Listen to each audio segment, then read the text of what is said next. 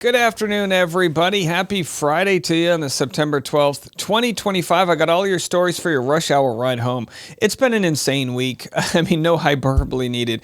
I'm exhausted. I'm sure you guys are as well. Normally, I like to bring you dozens of different stories of all of the things going on, but we have the Charlie Kirk story and we have Blake Lively's trial. There's a few other things we'll get into. The suspect in the Charlie Kirk shooting has been caught. We will share that on part 2 of this episode. And on the first part, we'll share a little Bachelorette news and then some Blake Lively news, as we now have the lawyers that we love commenting on Taylor Swift getting deposed, why that is surprising after everything we've learned. And we're going to dive into that. There's normally, like I said, I have what I cover on the first half of the show and then on the second half. So I'm going to share this Bachelor story, but before we get into that, because not everybody listens to the second half, stick around for the Blake Lively stuff. I'm also going to share this clip, Blake Lively following Kim Kardashian's career path. Will she try to get into lawyering? Maybe. Before I get into all of that, I did want to share what I thought was very interesting, which is the Republican governor from Utah. And I share his political affiliation just to say, this isn't a partisan issue with me. It's not a partisan issue. How we all get along. There are issues that I have. Of course, I've got core beliefs that are different than others, but we noticed yesterday a loss of 30 subscribers. We knew it would happen. Whenever you share your opinions about things, people are so heated and in the moment. I got comments from people saying, F you, Dave. I got crazy things. There's lists being made. What side are you on? Like insane stuff. Absolutely wild. So when I see comments like this, I want to elevate the good ones. Governor of Utah. Never heard of the guy. Know nothing about Utah politics. He is meeting the moment. He is sharing with all of us ways that we can overcome some of the division that exists out there. And while this has nothing to do with the stories I'm about to cover, this has so much to do with our channel, folks. So much to do with how we live our life. I would never recommend somebody eat nothing but cookies all day long. I would love to. I'm a huge sugar addict, but there's no nutritional value other than quick bursts of energy that leave you crashing on the couch after. There's no nutritional value to sugar. You get it from your vegetables, your high quality proteins and fats and things like that. But the internet can be that way. The comment section can be that sugar, that dopamine rush. What side are you on? I'm fighting with someone. And then there you have your son or daughter looking at you. Right? They want to play with daddy. They want to play with mommy. You're too busy. You're too busy fighting with a stranger online. We don't need to consume that. Here's what Cox had to say. I absolutely believe that this is a watershed in American history. Yes. The question is what kind of watershed?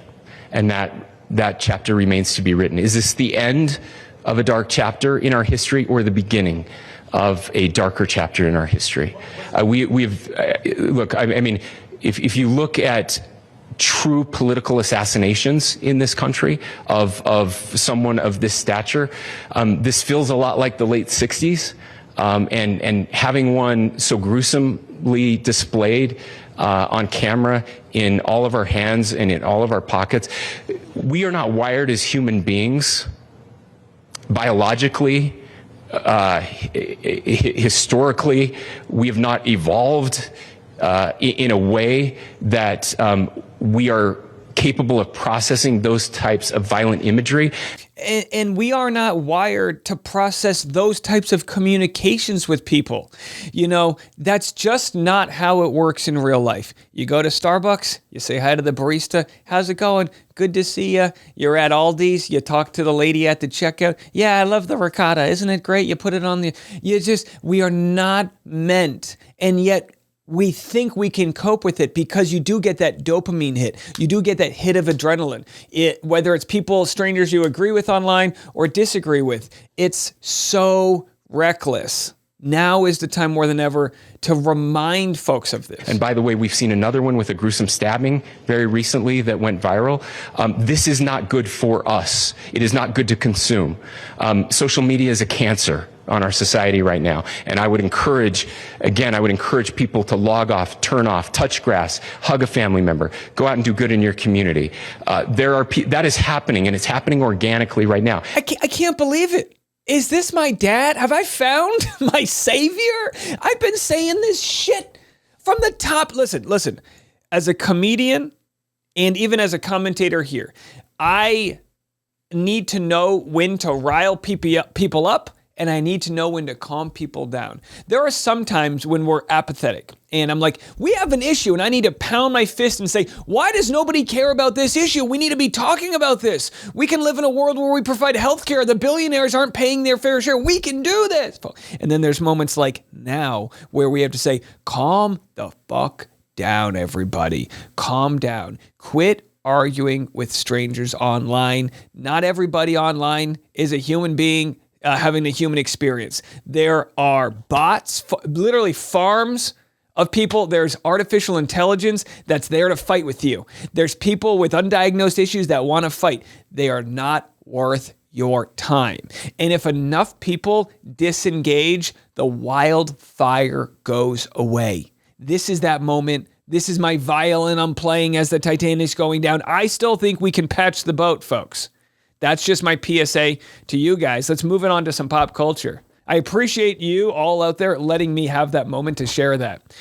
Here is one of my favorites, Rachel Kirkconnell, giving her thoughts to Us Weekly about, she's at the Raising Cane's event. Who the hell cares? Giving her thoughts about Taylor Frankie Paul stepping in as the Bachelorette. What are your thoughts on Taylor Frankie Paul as the new Bachelorette? Oh my God, wait, I actually just saw this on the way over here. I'm really excited for her. I hope everyone's nice to her. I know that it's like a scary thing being thrown into that world, but she already kind of has a taste of it. So yeah, I'm really excited for her. I think it's cool that they're opening it up again. Yeah, no. I think that it seemed like it just needed a little refresh, and I think that she's going to do exactly that. I don't think we're at a place in society where, you can put it this way. When I first professionally started covering The Bachelor, it was during COVID. There was a lot of people at home with like a lot of anger, and a lot of it I think was taken out on the franchise. I think a lot of it was taken out on contestants. I really do. I mean, you take Rachel Kirkconnell, for instance. I mean, she was, trying her best on the show, and she had a real rough go of it. And it's like, boy, we were in a place, weren't we? And it doesn't mean that there aren't issues in our country, absolutely. But I think there's a lot of other issues in our country right now that I think getting back to a time where you can hate watch a show and see crazy contestants and villains is not the end of the world. Bigger fish to fry right now. All right, so here's the story from the morning that I covered. If you didn't catch it, go back to the morning episode. Look what you made me do. Taylor Swift set to testify in lively Baldoni War. We're going to continue to break this all down. I want to give a shout out to our amazing sponsor, Upside, we've had all week.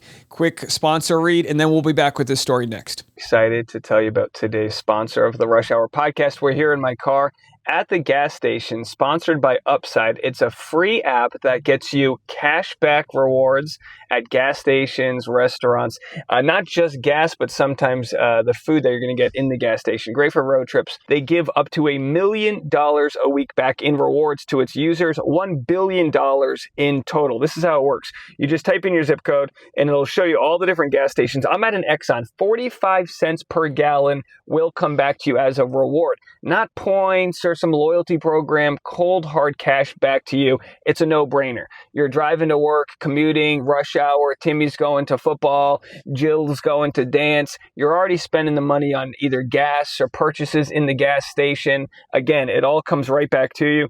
And with my code RUSHHOUR, you're going to get 25 cents off per gallon on your first tank fill up that you do when you sign up for this app. Again, 25 cents off per gallon with my code RUSHHOUR let's get back to the show. I really do appreciate that you guys have supported our sponsors. It is quite literally what feeds my family and helps the channel continue. I'm trying to be mindful to not have too many and have the right balance. So I appreciate everyone for that kind of support because, I want to give you guys as much content as possible with as little amount of distractions. So we covered this.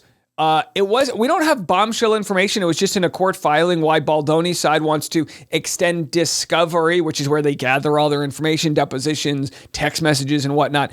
And now we're learning they need more time for Taylor. Now, Taylor isn't available till October 20th, which is interesting because this is after her album comes out. She has a new album coming out. I don't remember the day. Does anyone in the Patreon comment section know? So lots of questions about how this deposition is going to go. Is Taylor going to be asked questions that put her in the position to turn on Blake? Will that be Taylor's out to say, hey, I didn't want to turn on Blake publicly, but if you're going to ask me the question, yeah, she tried to extort me. She tried to tell me she was going to release damning information unless I supported her publicly. I didn't support her publicly because I didn't have that experience she had. I'm projecting. I don't know what Taylor's going to say, but it seems as though she'll be in Baldoni's pocket. When I say, if you're Blake Lively, you start to look at settling. You start to look at what is Taylor going to say? How is this going to go? How do we settle before this happens? Now, settling involves both parties. Blake Lively can't pull out of this, not right now. Here's what our fan of the program, not actually Golden, had to say about Taylor Swift. The shocking news: she will be deposed. How did you take it when she said that? As a follow-up to test, authenticate, and expand on the information you've received in the communications. So that doesn't surprise me at all. What did surprise me was this. This last line, blah, blah, blah, we need to accommodate Taylor Swift. Taylor Swift, who has agreed to appear for deposition. That means that she is not fighting it. That means she might not even have to be subpoenaed. She's just saying, yeah, I'll be deposed. I'll agree. How badass is that? Save yourself the bike messenger. You don't need to. And by the way, the difference between Taylor Swift, greatest pop star in the world, most famous person in the world, right? She's the young white woman, female Jesus Christ. Okay, I'm not trying to be blasphemous here. Okay, shake it off. But there she is, right? There she is. Versus Isabella Ferrer, whatever her name is, Isabella F, saying, I'm going to fight this. You can't serve me. Don't come to me. I'm going to counter you with this. And Taylor's like, no, I'll show. What day do you want me to show? I'll bring them. I bet you Taylor's going to bake the scones. Taylor Swift will bake homemade scones for old Brian Ballbags Friedman, power attorney Brian Friedman. That's how you know if you're Blake Lively, you're like, oh, it's not going to go well. If Taylor bakes a cinnamon roll, I am glazed. She's not fighting it. She's not trying to move for a protective order to get out of it. She's like, yeah, if you want to depose me, I'll go. Damn. That I am surprised about because I thought she would fight it, but she's not. So I think that's good on her for, doing her civic duty. And look, and I'll say this, Taylor Swift obviously doesn't want the press to, she runs an empire. She employs hundreds of people. If she doesn't need to be a part of this fight, she doesn't want to be. And you might say, well, if she has information that vindicates Baldoni, she has to share that. She's going to be a bystander if she doesn't, and maybe that's where she's at. Maybe it took time. As you guys know, it takes time when you get out of any sort of relationship. It takes time to sort of go, you know what? F Blake Lively. F her. She never had my best interest. I elevated her. She didn't elevate me. She was a barnacle on my ship of progress. I'm going to testify for Baldoni. And with every day that that Taylor Swift continues to live her life and move on in her happy relationship, she's like, I don't need those jabronis. Now, this is all my fairy tale land. We have no idea if that's the truth, but a boy can dream. People are already anticipating that she is going to be asked about this issue of, did Blake tell you to delete the text messages and all this kind of stuff that came up in that Friedman affidavit months ago. I suspect they will ask her about that. Why wouldn't you if you have her there? But I don't think that's the majority of the testimony they're trying to get from her. My guess is the majority of the testimony they're trying to get from her is she has said that you were with her during this movie, talking to her, talking about it, being around her all of the time. Tell us what you know. In addition to the whole thing with the song, for the music, for the movie, and giving over My Tears Ricochet, and how did all of that work? So they probably will ask her about that issue, but they're going to ask her about other things as well. My Tears Ricochet, teardrops on my guitar. I mean, I love the visual. I love it. It ends with tears. It ends with Taylor Swift. And again, I mean, this is what it comes down for, this is how it comes down to me. I'm still hung up when you think about this case. I'm hung up on the fact that Blake Lively hasn't produced one text message where she's complaining about Baldoni to Ryan Reynolds or one of her assistants. I know how it works on set. You have a handler. You have somebody that you text nonstop. The temperature's too cold in here. Can you take care of that? Hey, I don't like this. Hey, the director's staring at my tits while I'm trying to breastfeed. There is none of that. What there is several months later, after being on hiatus, she brings together this plan where you're going to agree not to violate these terms. And they're like, what the hell? They signed it under duress. We just don't have that evidence. And that's what I'm hung up on. Well, here's what our good pal Katie Pope says she's going to be on the show hopefully this week. I just really tell you about Katie. She doesn't have to. I got this grating voice. Katie, I love her like ASMR. I love these TikTokers who have that ASMR. Like they're hanging out on their pillow. They're telling you their thoughts. It's like TikTok. I'm not cool enough for TikTok. I'm not cool enough for Katie Rose Pope. Anyone with 3 names is cooler than me. Taylor Swift is going to get deposed, and it seemed like somebody said, I think it said October 20th through 25th. I might be getting that date wrong. I just read it very quickly on X. I have not looked at the docket. I will look at the docket today. I'm finally home. I got home a day early, so I'm very happy about that. But here's the thing that comes to my mind. I'm like, if it's actually October, that's after her album comes out, will there be a question? When you said ruined the friendship. Yeah, so Katie said, will there be a question about Taylor Swift's lyrics in her new album? We'll be looking at all of the stanzas to see who are you speaking about? Taylor likes to leave to the imagination of her audience who her songs are about. But under penalty of perjury, tell us who the song is about. And while we're at it, tell us all of the Easter eggs. What are you going to be wearing on all of that jazz? Blake Lively following Kim Kardashian's career path, say sources. Now, first of all, this is insulting to Kim Kardashian because, believe it or not, Kim Kardashian has done more work to help exonerate people that have either had too harsh jail sentences or have been, people that have been falsely accused of crimes.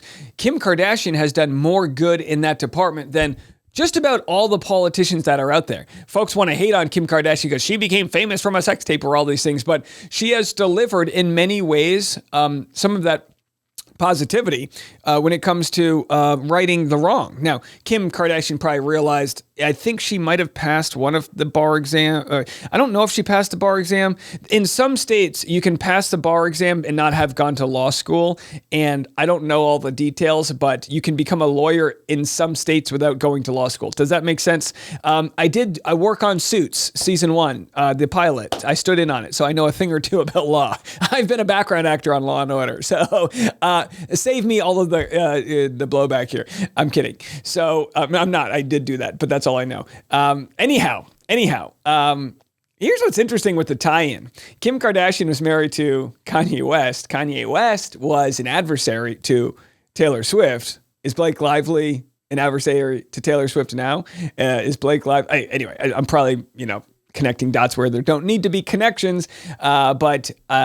my guess is if Blake Lively is too stressed out to learn her lines and do wardrobe fittings and things like that for movies, she's like, look, other than acting, which, is a lot of work, memorizing lines, it takes a lot of time to emotionally be available and all of that. I've been there, done that. I've also done blue collar jobs. I've worked in heating and air conditioning. I've been in attics in the summer. I've been on cold roofs in the winter in a cold New England breeze. And I'm here to say, there is a difference between working hard physically, blue collar jobs, and what actors do. And we have to remind ourselves, even me here as a content creator, I have to remind myself I'm not putting myself through the pain that I have put myself through when I was doing demolition of a brick wall all day long with one of those drill, you understand the point here. So touch grass, Blake Lively. You're not going to become a lawyer. You don't have the work ethic for that. Most lawyers are not happy.